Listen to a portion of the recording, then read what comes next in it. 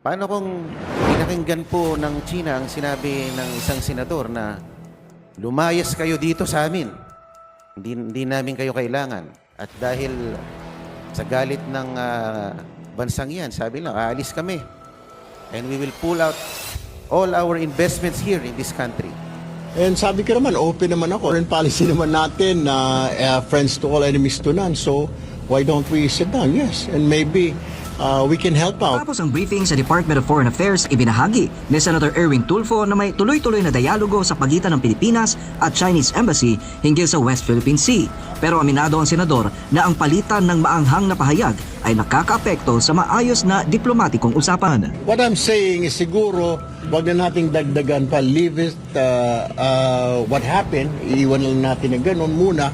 Pero huwag na nating dagdagan pa siguro kasi parang na-ignite. I understand naman the position of Department of Foreign Affairs.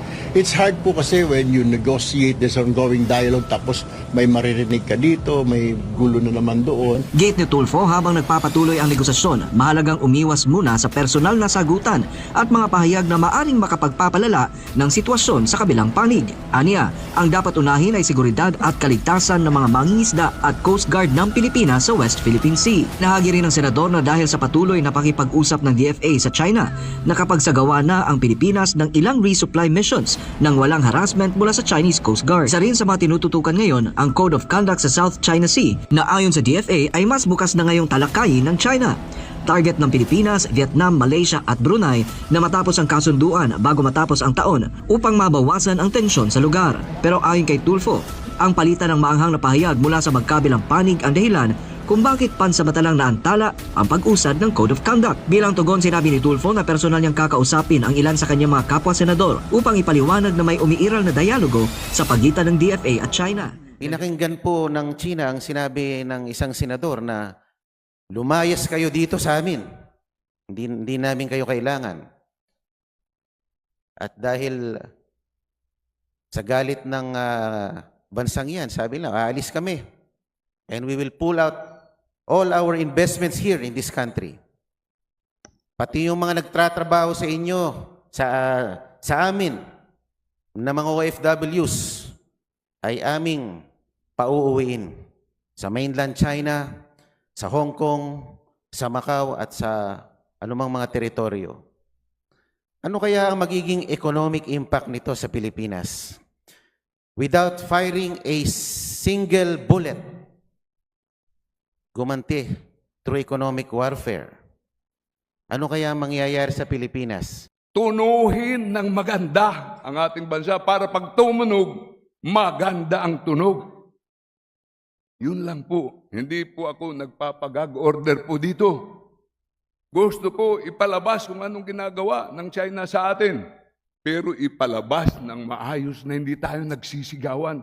Hindi tayo nagtatapang-tapangan. Baka mas malaki yan sa atin na nagtatapang-tapangan tayo. Iparinig ang busis natin na tama na maiintindihan nila. Una po ay hindi ko po sinasabi na igag natin si Commodore Tariela.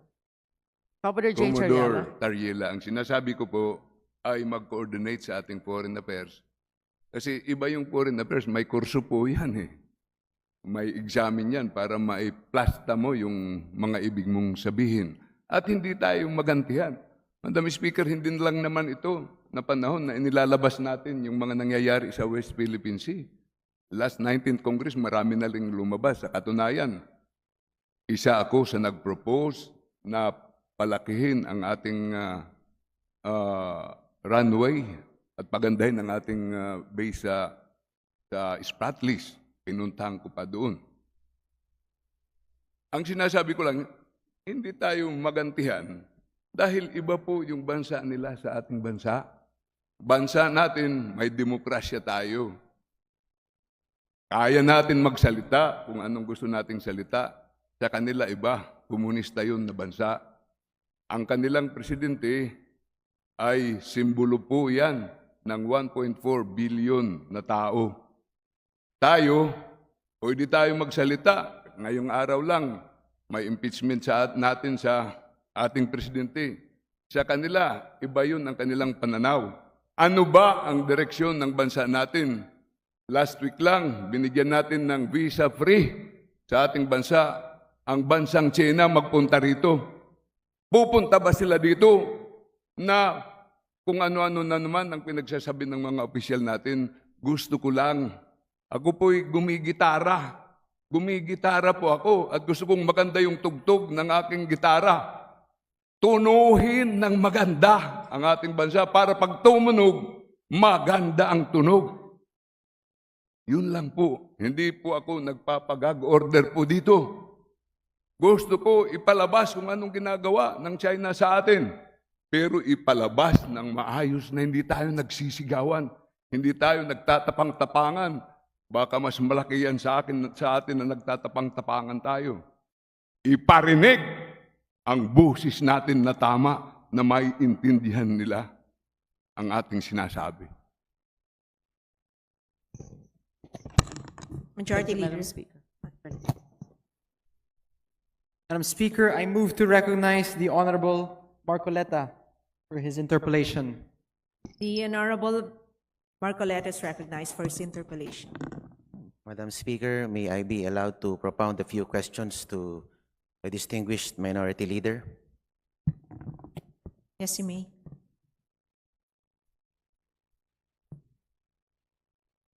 The Honorable Libanan. Of course, Madam Speaker, sorry.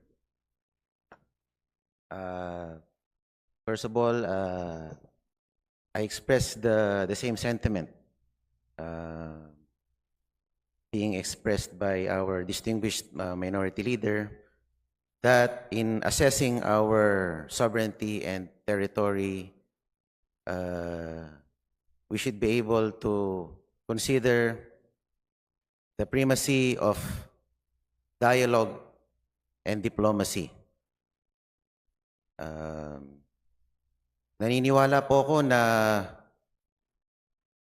kailangan pa rin ang pagiging mahinahon habang ating pinaglalaban ang ating teritoryo.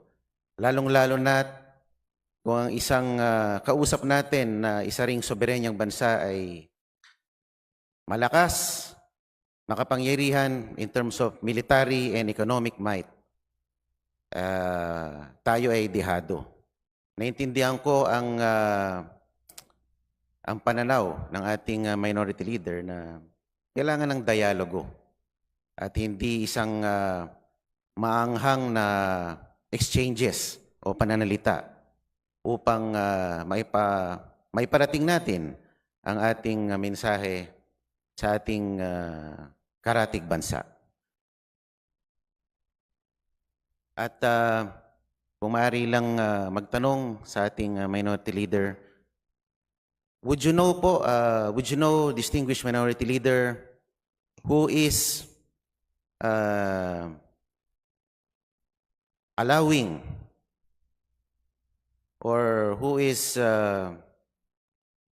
giving the blessing for Commodore Tariela to go around schools and universities and conduct such presentations to the Philippine studentry? May alam po ba kayo, Ginoong Minority Leader? Madam Speaker, bago siya magtanong, inaalaw po siya na gumamit po ng aking oras, kaya sasagutin ko po siya. Una po ay, hindi ko po alam kung sino ang nag-aalaw sa kanya na umikot. Sabi ko naman, may academic freedom tayo.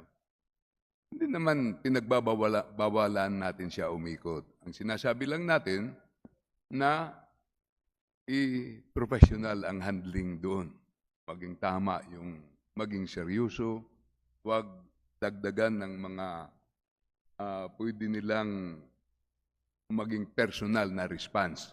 Yun ang pinipersonal na nila tayo kasi pag nagcaricature tayo, para bang sa law, nag-argue ka, pag pinersonal mo yung tao, tawag dyan, argumentum ad hominem, pinipersonal mo na eh.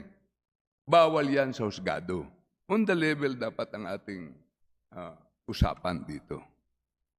Kaya sa tanong niyo po kanina, hindi ko po alam kung sinong nagpapaikot at kaya nga lang ako tumayo, hindi dahil sa pag-iikot, baka lang pwede ma-fine-tune ang kanyang ginagawa para hindi maka-agitate sa ating malaking bansang kapitbahay. Kasi, kumbaga, masyado nang mainit itong usapin na to. Tama po kayo, Ginoong Minority Leader. At dahil nga po hindi na pinapayagang magkaroon ng escalation ng tensyon sa pagitan ng dalawang bansa, ay sinabi ng DFA na itong persona non grata should be the last resort dahil hindi sila naniniwala na ito ang dapat gawing bala laban sa ambassador ng China. At during the interpellation, during the budget hearings po, sinabi po ng DFA, the tensions in the West Philippine Sea is not the sum total of our relationship with China, sabi po nila. And in fact, the trade relations between the two countries remain to be robust. At meron pa rin pong ugnayan between interparliamentary relations. Sa katunayan, tayo nga po ay tayo po ang ASEAN Chair ngayong taon na to. Kung hindi po natin gagamitin ang diplomasya para itaguyod ang ating posisyon, ay wala na po akong ibang alam na pamamaraan. Lalong-lalo na po ang ating kinakalaban ay isang economic and military superpower. Paano kung pinakinggan po ng China ang sinabi ng isang senador na lumayas kayo dito sa amin, hindi namin kayo kailangan.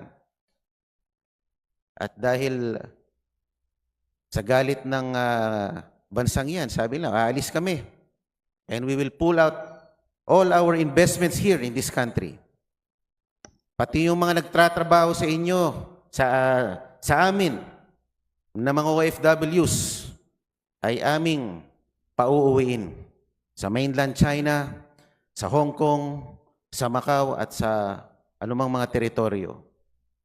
Ano kaya ang magiging economic impact nito sa Pilipinas?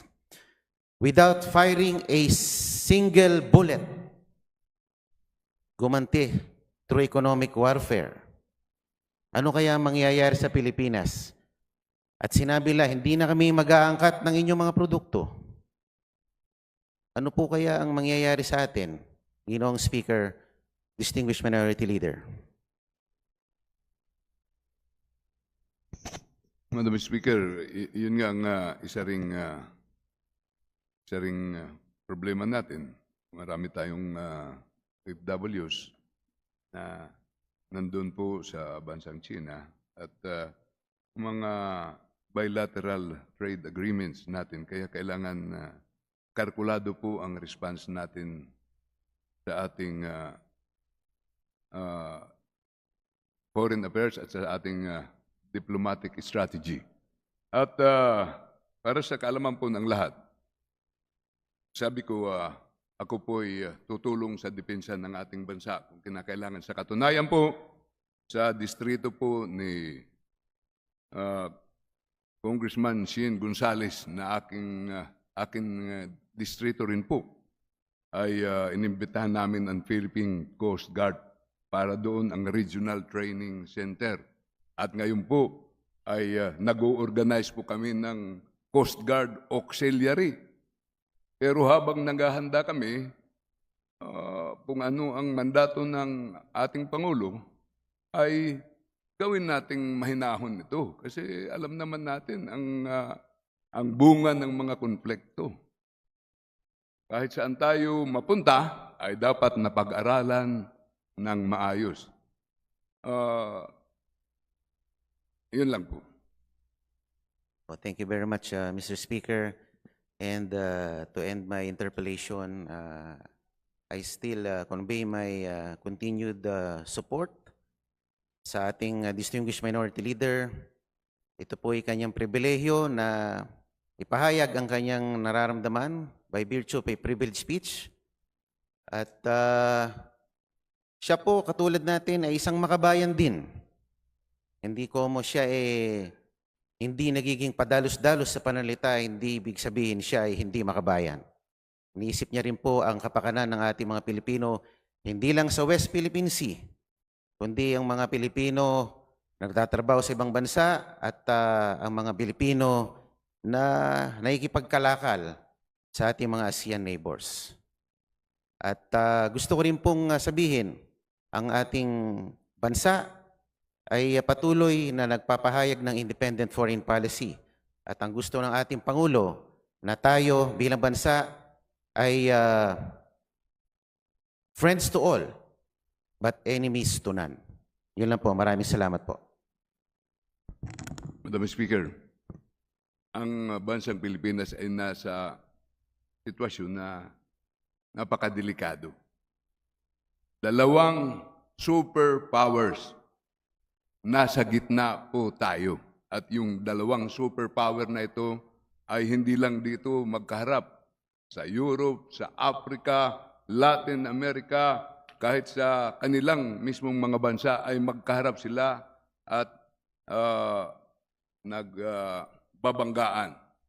Tayo po ay nasa gitna po nito. Napakaliit lang po na ng bansa natin. Kaya